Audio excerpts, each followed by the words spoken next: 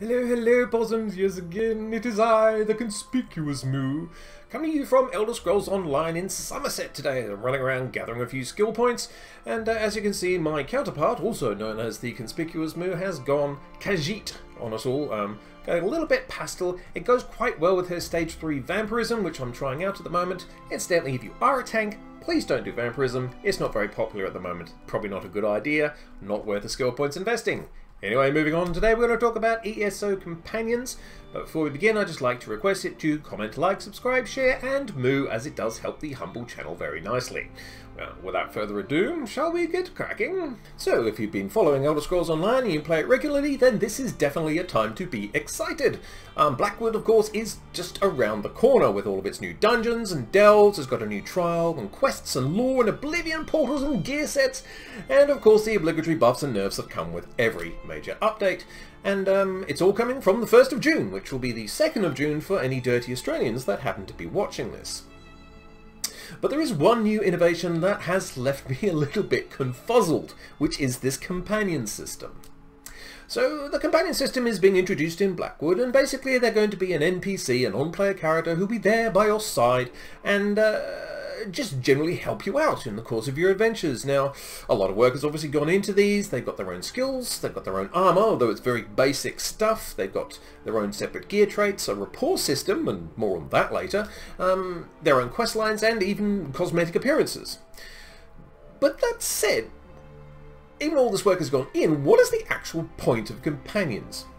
Now, if you've been a regular watcher of this channel, or you've been playing World of Warcraft in the last few years, then you will, of course, be perfectly aware that despite, having big systems doesn't necessarily mean that they're either A, good, or B, worthwhile, or C, not a complete waste of development time, which is kind of how I feel about the companions. But, let's go over the official spiel of what the companions are, and then go over the advantages and limitations of this new system.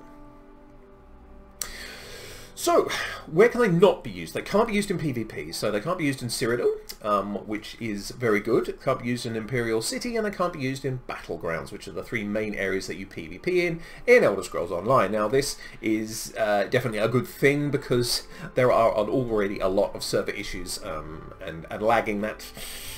It's a really, really big problem in PvP environments at the moment. Now, they're saying they're upgrading the servers, and they've turned off a few proc sets as they're attempting to fix these issues. So, introducing another set of NPCs, and everyone has one each, and they're all firing off their weapons. You can imagine how much fun that would be in a PvP environment when it's already a bit laggy. So, good they're not in their housing. I don't know why they turned off in housing. Maybe, if you have a righteous house party with 100 friends and they're 100 NPCs as well, maybe that would bring the server down. Who knows? And solo arenas, like Maelstrom Arena, for example. Now, I think this would have been an occasion, because they are companions, they're supposed to be helping you out, they can be quite challenging at times, especially on veteran level, so why can't they be used there? I'm not sure. But, they might have brought something to the table that just got you over the line in those more difficult encounters in there, but they've decided not to do that, and that's fine. But they can be used everywhere else, so we're talking about overland content, delves, which are like open mini-dungeons that you can solo pretty much, the public dungeons, which are larger versions of delves with multiple bosses, and the like. Now, one of the other things that they do is they also add to the player count an instance content. So say, for example, you're getting a dungeon, a team of 4 together, you only have 3, one of you can bring a companion, and that would make up the 4. This will also work in trials, which are usually 12-man raid encounters, so, if you're short a couple of people can bring in their companions to make up the numbers. And in group arenas as well. But these companions will be automatically removed if for some reason you bring in some additional players, so you're never ever going to go over the caps. So for me, this is the first red flag. Because if they can fill out the player roster and you don't have enough, then is this really an issue that's actually been encountered in ESO? I mean, we have plenty of trial groups in the guilds that I'm in, and from personal experience that they have absolutely no trouble filling their rosters at all. And the same thing could be said for the dungeon runs as well. I mean, I've really actually had any trouble finding groups to run content in, is basically what I'm trying to say here. And yes, there is a tank shortage, but that tank shortage is not unique to Elder Scrolls Online. It has always been a problem, it will always be a problem, because that's just the nature of the role. Not a lot of people want to do it. So are they trying to come up with some kind of solution here, like the NPC tank, which is an idea which is almost as old as World of Warcraft, and probably older, let's be honest. Now, my first problem with an idea like this is that the NPC tank, in this particular example, you can't find a tank and you're just going to get one of your companions to do it. It must not, by definition, be better than your average pug tank. Otherwise, all the pug tanks in the game would automatically be out of business. There aren't that many of us to start with, but, you know, I do count myself amongst this pug tank community, and I do dabble every once in a while in a bit of atrocious taunting. But that's it. I don't think there's a lot to worry about here for those pugging tanks, because you're not in much danger of losing your job. The report on the tanking capability of these companions is that they're fine at normal dungeon level, but at normal dungeon level a healer could probably tank it all. But they tend to get a lot squishier in veteran content, and if you're going to DLC, the downloadable content veteran ones, which are spectacularly harder, yeah, that's not going to end well for your NPC tank. For those of you in the other roles who are concerned about your pugging future, the DPS companion feedback is that it's a little bit on the low side. And the healer companion builds were also nerfed recently as well, so essentially you are going to be gimping your run by having a companion run in it. You're probably just better off getting an actual real player to take part.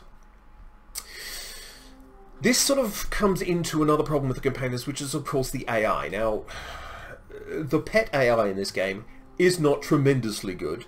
It's I personally made a very odd choice, because I chose a warden, which is a pet class, and I'm not particularly fond of pets to start with, and I have the bear following me around and so on my DPS builds, and it drives me mad at times. And so it's unlikely that this is going to drastically improve with the advent of companions arriving.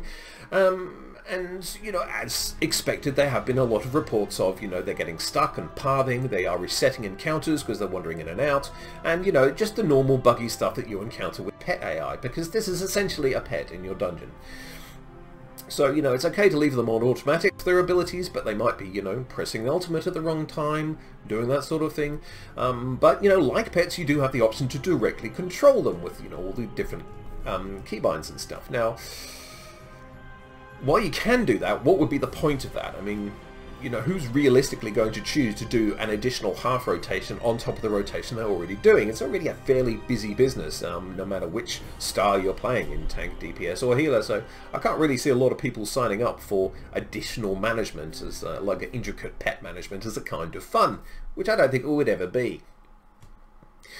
So, once again, you're probably just better off getting a real player, whether it's a real tank or a fake tank who know what they're doing, or, even a bad fake tank, which is about 95% of them, would at least be doing more damage than, your damage-dealing companion equivalent. So, I mean, fake tanking is a topic for another time, but, needless to say, there are a lot more people who think they're good at it than actually are good at it. There's quite a difference there.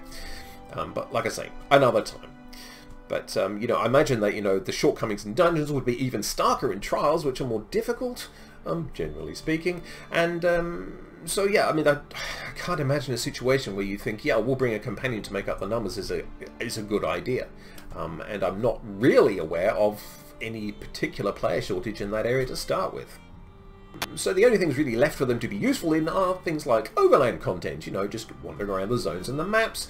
But at the same time, they aren't really needed there either. I mean, there's not really anything in overland content that's difficult enough to require a companion in order to complete it.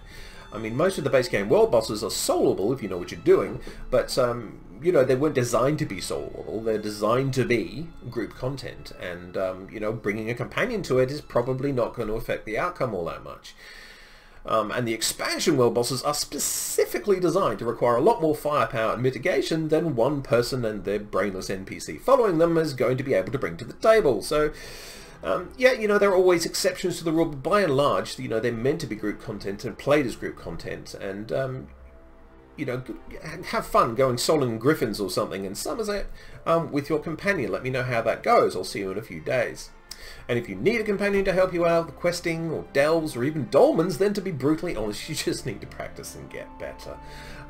Nobody of any level really should be failing consistently at those, and there are usually people in the community who are more than happy to help people out if they're overwhelmed, as it's very easy to be when you're starting out in Elder Scrolls Online.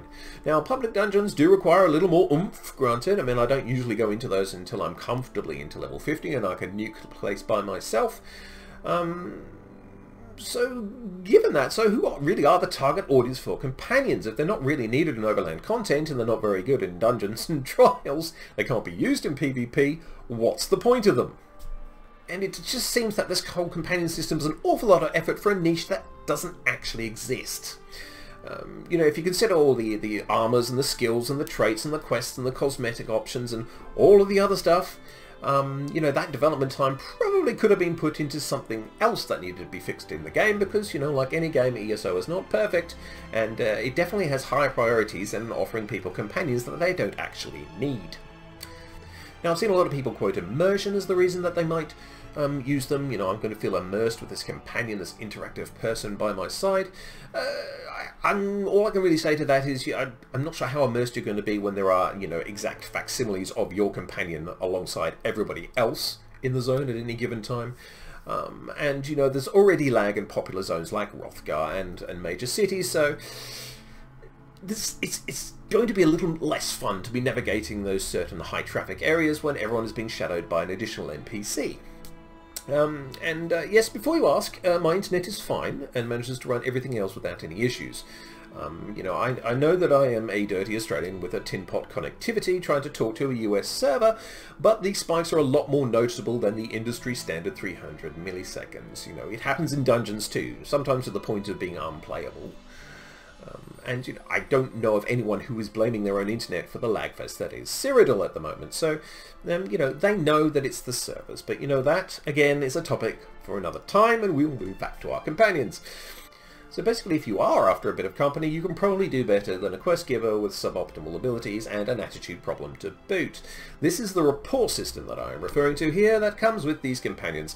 Now, they will reward you if you do things that please them, but if you annoy them, they will eventually wander off and go and do their own thing. So, essentially, now if you have this companion out, your decisions in-game are no longer exclusively your own, because if you want to keep on your companion's good side, you're going to need to take this NPC's feelings into account. This does not sound awesome in any way at all.